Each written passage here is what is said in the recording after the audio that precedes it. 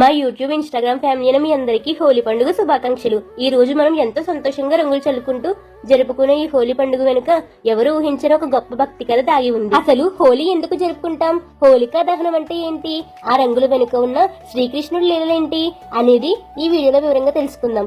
Video చాలా interesting గా ఉంటుంది, అక్కడ స్కిప్ చేయకుండా లాస్ట్ వరకు చూడండి. మన హిందూ సనాతన ధర్మంలో ప్రతి పండుగ వెనుక ఒక గొప్ప అంతరార్థం ఉంటుంది. మనం ఎంతో ఆనందంగా ఉత్సాహంగా రంగులు చల్లుకుంటూ జరుపుకునే హోలీ పండుగ వెనుక ఒక హృదయాన్ని కదిలించే ఒక అద్భుతమైన భక్తి కావ్యం దాగి ఉంది.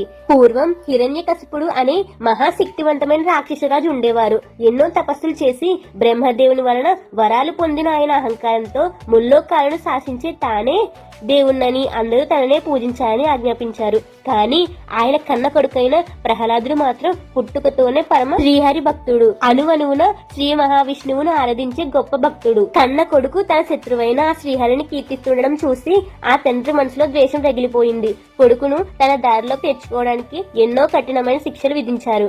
ఎత్తైన కొండలపై నుంచి కిందకు తోయించిన, ఏనుగు చేత తొక్కించిన, సముద్రం పాలు చేసిన, ఆపద ముక్కులు వాడైన శ్రీహరి కరుణతో ప్రహ్లాదుడు ప్రతిసారి ఎలాంటి హాని లేకుండా దైవికమైన చిరునవ్వుతో సురక్షితంగా బయటపడేవారు. ఒక పసివారి నిష్కల్మషమైన భక్తికి ఆ భగవంతుని రక్షణకు ఇంతకంటే గొప్ప నిదర్శనం ఏముంటుంది చెప్పండి. చివరికి హిరణ్యకశిపుడు తన సోదరి అయిన హోలిక సహాయం కోరారు.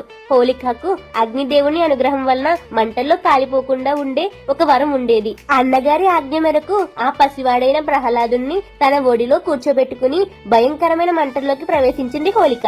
కానీ ఇక్కడే ఆ దేవాది దేవుని లీల వ్యక్తమైంది. ఆ బాలుడి అపారమైన భక్తి ముందు హోలిక వరం పనిచేయలేదు. తనకున్న వరాన్ని దుర్వినియోగం చేసినందుకు ఆ హోలిక అగ్నికి ఆహుతయింది.